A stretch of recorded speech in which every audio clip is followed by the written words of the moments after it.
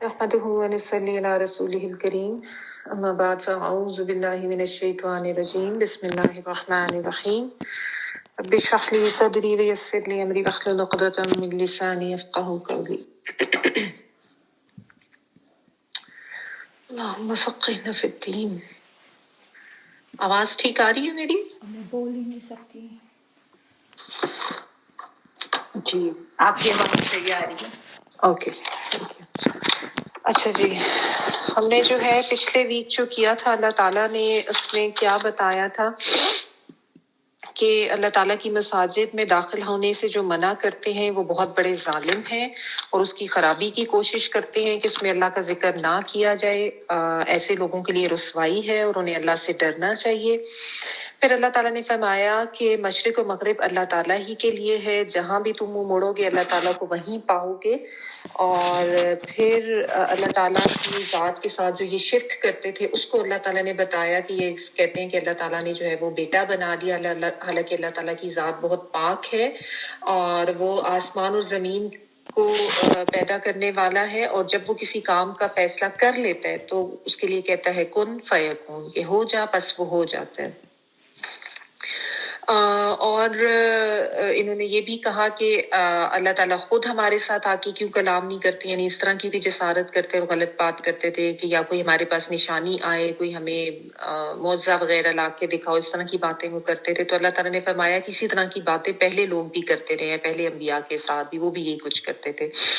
تو اللہ تعالیٰ نے فرمایا کہ ہم نے تو اپنی آیات واضح طور پر بیان کر دی ہیں، جو یقین کرنا چاہتا ہے وہ اسی پہ یقین کرے گا اور اسی سے سمجھ لے گا. پھر نبی صلی اللہ علیہ وسلم کو فرمایا کہ ہم نے آپ کو خوشخبری دینے والا اور خبردار کرنے والا بنا کے بھیجا، اور آپ سے پوچھا نہیں جائے گا کہ اگر کوئی ایمان نہیں لاتا، آپ کا کام صرف ان تک پہنچا دینا ہے، اور یہ تو کبھی بھی آپ سے نہیں راضی ہوں گے، نہ یہود اور نہ نصارہ، یہاں تک کہ آپ ان کے طریقے کی پیروی نہ کرنے لگ جائیں. جبکہ ہدایت اصل تو وہی ہے جو کہ اللہ تعالیٰ نے بیان کر دی ہے، یعنی یہ قرآن پاک جو اللہ تعالیٰ نے بھیج دیا ہے. اور اگر وہ اس کو چھوڑ کے اپنی خواہشات کی پیروی کرتے ہیں، حالانکہ یہ علم ان کے پاس آ گیا ہے، خواہ وہ یہودی ہیں خواہ وہ نصارہ ہیں، تو نہ ایسے لوگوں کا کوئی مددگار ہے اور نہ ان کا کوئی دوست. یہاں تک ہم نے کیا تھا. آگے دیکھیں، بہت امپورٹنٹ آیت ہے، آیت نمبر 121 سے کر رہی ہوں. الذین آتیناہم الکتاب یتلونہ حق تلاوتہ اولئک یؤمنون بہ ومن یکفر بہ فاولئک هم الخاسرون. وہ لوگ جنہیں ہم نے کتاب دی ہے اور وہ اسے پڑھنے کے حق کے ساتھ پڑھتے ہیں، وہ اس کتاب پر بھی ایمان رکھتے ہیں، اور جو اس کے ساتھ کفر کرے وہ نقصان اٹھانے والا یا خسارہ پانے والا ہے. لفظی ترجمہ سن لیں. الذین، وہ لوگ، آتیناہم، آتینا حمزہ تا یا دینے کے معنوں میں، اور نون الف نا ہم کے لیے آ رہا ہے، اور ہم ان کو، تو دی ہم نے ان کو. کیا دی؟ الکتاب، کتاب. یتلونہ، وہ تلاوت کرتے ہیں اس کی. یہ آتین والا وہ کے معنوں میں ہے، اور تلا یتلو تلون، تا لام واو اس کا روٹ ورڈ ہے، اور ہو جو ہے اس کے لیے آ رہے، یعنی اس کتاب کی. تلا یتلو تلون میں آپ کو بتا چکی ہوں کہ کسی کے پیچھے پیچھے چلنا، یعنی کسی کے پیچھے بالکل اس طرح سے چلنا جیسے کسی کے نقشے قدم پر چلنا، کسی کو فالو کرنا. تو ایسے پڑھنا کہ مطلب بھی پیچھے پیچھے آئے، یا ایسے پڑھنا کہ ساتھ ساتھ اطاعت بھی کرنا، دونوں طرح سے ہے، یعنی فالوئنگ دا ٹیکسٹ، جو پڑھ رہے ہیں اس کے اوپر ساتھ ساتھ عمل بھی کرے انسان. تو تلاوت ہی اس کی، تلاوت ہی اس کی کے لیے آ رہا ہے. اولئکا، یہی لوگ، یؤمنون بہ، یؤمنون میں یہ وہ کے معنوں میں ہے، آتین والا، اور الف میم نون ایمان لانا، اور بھی ساتھ اس کے، یعنی وہ ایمان لاتے ہیں اس پر. و، اور من جو، یکفر، وہ کفر کرے گا یا وہ انکار کرے گا. کافا اور را اس کا روٹ ورڈ ہے، اور یہ آتین والا وہ کے معنوں میں. جو کفر کرے گا بھی اس کا، فاولئک، پس یہی لوگ، ہم وہ، الخاسرون بہت الخاسرون خسارہ پانے والے ہیں. خاسین را خسارہ. ٹھیک ہے.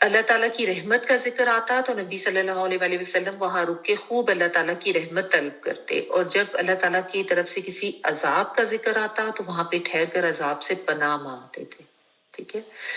اچھا، پھر اس کے بارے میں جس طرح ابن مسعود رضی اللہ تعالیٰ عنہ جو ہے انہوں نے یہ فرمایا کہ اس کا مطلب یہ ہے کہ قرآن کے حلال کو ہی حلال سمجھنا اور اس کے حرام کردہ کو حرام سمجھنا، اور اس کے کلام یعنی اللہ کے کلام میں کوئی تحریف نہیں کرنا جس طرح کہ یہ لوگ کرتے تھے. یہود و نصارہ نے تو بہت تحریف کر دی تھی نا. جیسا اللہ نے بتایا ایز اٹ از اس کو لینا، جو حلال ہے وہ حلال ہے، جو حرام ہے وہ حرام ہے. اپنی مرضی سے اس میں کوئی تبدیلیاں انسان نہیں کر سکتا اپنی خواہشات کی پیروی کے لیے. ٹھیک ہے. اور پھر یہ بھی بعض نے اس کو بیان کیا کہ جو کچھ اس میں تحریف ہے، یعنی جو کچھ اللہ تعالیٰ نے بتایا اس کو ایز اٹ از بتانا، اس میں سے کوئی بات چھپانا نہیں. ٹھیک ہے. بعض مفسرین نے اس کو اس طریقے سے لیا کہ اس کی محکم باتوں پر عمل کرنا اور متشابہات پر ایمان رکھنا، اور جو بات سمجھ میں نہیں آتی اس کو علماء کے پاس لے کے جانا اور اس سے حل کرنا. متشابہات کے بارے میں بھی آپ آگے پڑھیں گے، یعنی قرآن کی کچھ آیات تو زیادہ تر جو محکمات ہیں جو بالکل کلیئر ہے. متشابہات وہ آیات ہوتی ہیں جن کے بارے میں کچھ اتنا جتنا بتایا گیا ادھر تک ہی رہیں گے. جیسے اللہ تعالیٰ کی کرسی ہے، یا اللہ تعالیٰ کا ہاتھ ہے، یا اللہ تعالیٰ کی کوئی اس طریقے کی بات بتائی گئی تو اس کی تو میں نہیں پڑھنی کہ کیا ہے کیسے ہے، بس جیسا بتایا اس کو ایز اٹ از ہی لیتے ہیں. ٹھیک ہے. راسخ العلم جو لوگ ہوتے ہیں.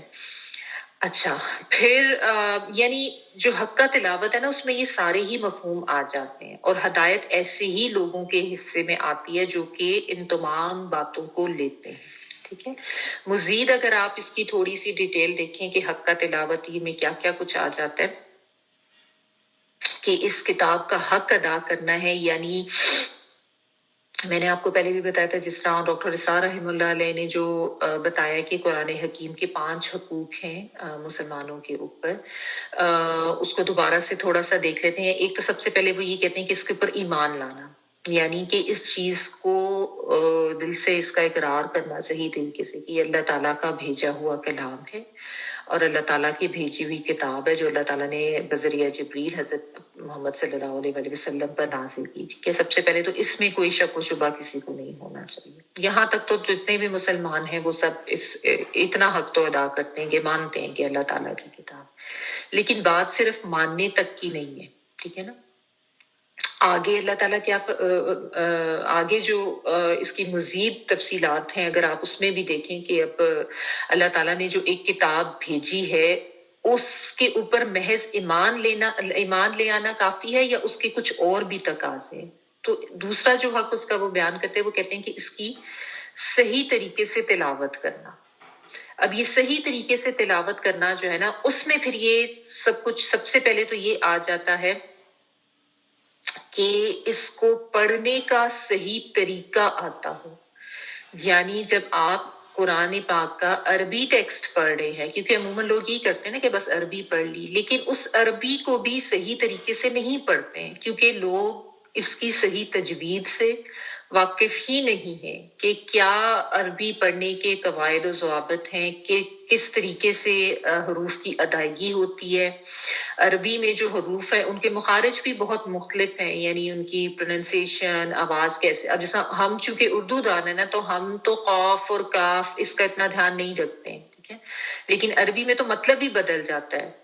مطلب اردو میں اگر آپ قینچی یا کینچی بھی بول دیں تو وہ کینچی ہی رہتی ہے، لیکن عربی میں آپ قلب اور قلب اگر مختلف آوازوں کے ساتھ ادا کرتے ہیں تو اس میں مطلب ہی چینج ہو جاتا ہے. موٹے کاف کے ساتھ قلب جو ہے وہ دل کے معنوں میں آتا ہے، اور اگر آپ باریک کاف قلب بولتے ہیں تو وہ کتا کے معنوں میں آ جاتا ہے، ڈاگ.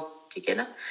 تو ہمیں یعنی اتنی ایفرٹ کرنی چاہیے.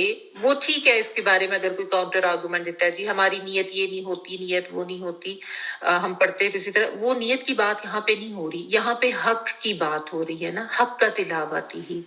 تو کوئی بھی جو زبان ہے اس کا حق تب ہی ادا ہوتا ہے جب اس کی صحیح ادائیگی ہو. یعنی الفاظ کو صحیح طریقے سے جانا جائے کہ کس طریقے سے ان کی ادائیگی کی جائے گی، کیا مخارج ہیں۔ قرآن پاک کی تلاوت میں تجوید کے بہت سے قوانین ہیں جن میں سے کچھ بیسکس تو ہمیں پتہ ہونے چاہیے، کہاں پہ ہم نے غنہ کرنا ہے، کہاں پہ ہم نے ادغام کے ساتھ غنہ کرنا ہے، کہاں پہ ہم نے ادغام کے بغیر غنہ کرنا ہے، کہاں پہ وقف کرنا ہے، کہاں پہ ملا کے پڑھنا ہے، حروف کی ادائیگی کس طریقے سے کرنی ہے۔ جب آپ یہ تجوید کا کورس کرتے ہیں تو پھر ان چیزوں کی سمجھ آتی ہے، اور اس کے بغیر قرآن پاک کی تلاوت کا حق جو ہے وہ صحیح معنوں میں ادا نہیں ہوتا۔ اور انفارچونیٹلی ہمارے اردو اسپیکنگ جتنے بھی لوگ ہیں، اردو بولنے والے، ان میں سے جنہوں نے سیکھا ہے ان کو تو ٹھیک ہے، لیکن باقی میجورٹی ایسی ہے جن کو زیر زبر اور پیش کی بھی ادائیگی جو صحیح آوازیں ہیں ان کا نہیں پتا۔ ہمارے عموماً جو ہے وہ زیر کی ساؤنڈ اے لی جاتی ہے، یعنی بڑی اے۔ عربی میں کوئی بڑی اے نہیں ہوتی، اے کی ساؤنڈ ہی نہیں ہے۔ میں نے آپ کو شاید پہلے بھی بتایا تھا، الحمدللہ ہے رب العالمین۔ اگر آپ ہے رب العالمین پڑھتے ہیں تو آپ صحیح نہیں پڑھ رہے ہیں، آپ کو عربی کی تجوید سیکھنے کی ضرورت ہے۔ مالک یوم الدین، مالک یوم الدین نہیں ہوتا، مالک یوم الدین ہوتا ہے۔ اور ایاک نعبدو، او کی بھی اس طرح سے ساؤنڈ نہیں ہوتی عربی میں، نعبدو کی ہے۔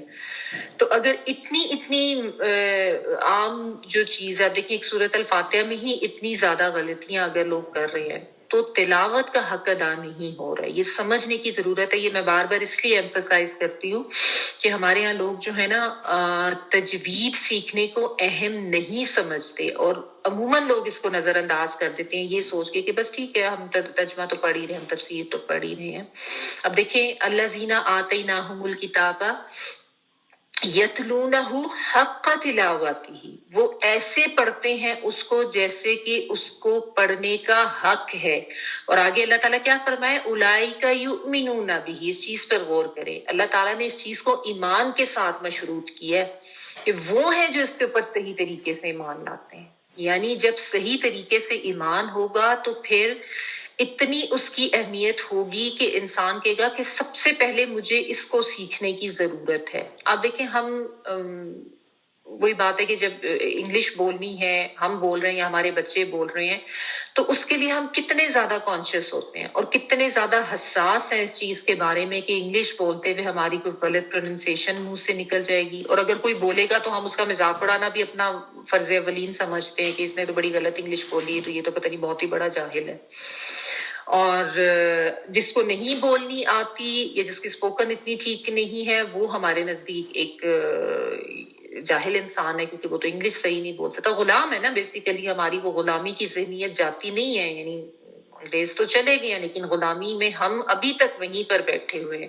آپ دیکھ لیں ہم میں سے میجورٹی لوگوں کا یہی حال ہے کہ بچے ہمارے کو اور کچھ آئے نہ آئے اس کو انگلش بولنی ضرور آنی چاہیے، فر انگریزی بولے جی ہمارا بچہ، ہم خود بھی جو ہیں وہ بولیں، اور ہمیں لگتا ہے شاید ہمارا کوئی سٹینڈرڈ ہی نہیں بنے گا اگر ہم لوگوں کے سامنے انگلش میں بات نہیں کریں گے، یا ہماری جو آپ کہہ لیں کہ ساری پرسنالٹی ہی ختم ہو جائے گی اگر ہم نے شاید اردو میں بات، یعنی ہماری ذہنیت کا حال یہ ہو چکا ہے کہ ہم اپنی مادری زبان اردو بولنے پر شرمندہ رہتے ہیں، اس کو ایک قابل تحقیر چیز سمجھتے ہیں، اس کو اتنی حقارت کی نظر سے دیکھتے ہیں، حالانکہ شرم کی بات تو یہ ہے کہ کوئی پاکستانی ہو اور اس کو اردو نہ آتی ہو، یہ شرم کی بات ہے، نہ کہ اپنی مادری زبان کا علم رکھنا اور اس کا ماہر ہونا، یہ شرم کی بات نہیں ہے۔ اسکولز میں، کالجز میں، یونیورسٹیز میں، ہر جگہ پر ایک مائنڈ سیٹ یہی بنا دیا گیا ہے، اتنا غلام کر دیا گیا ہے۔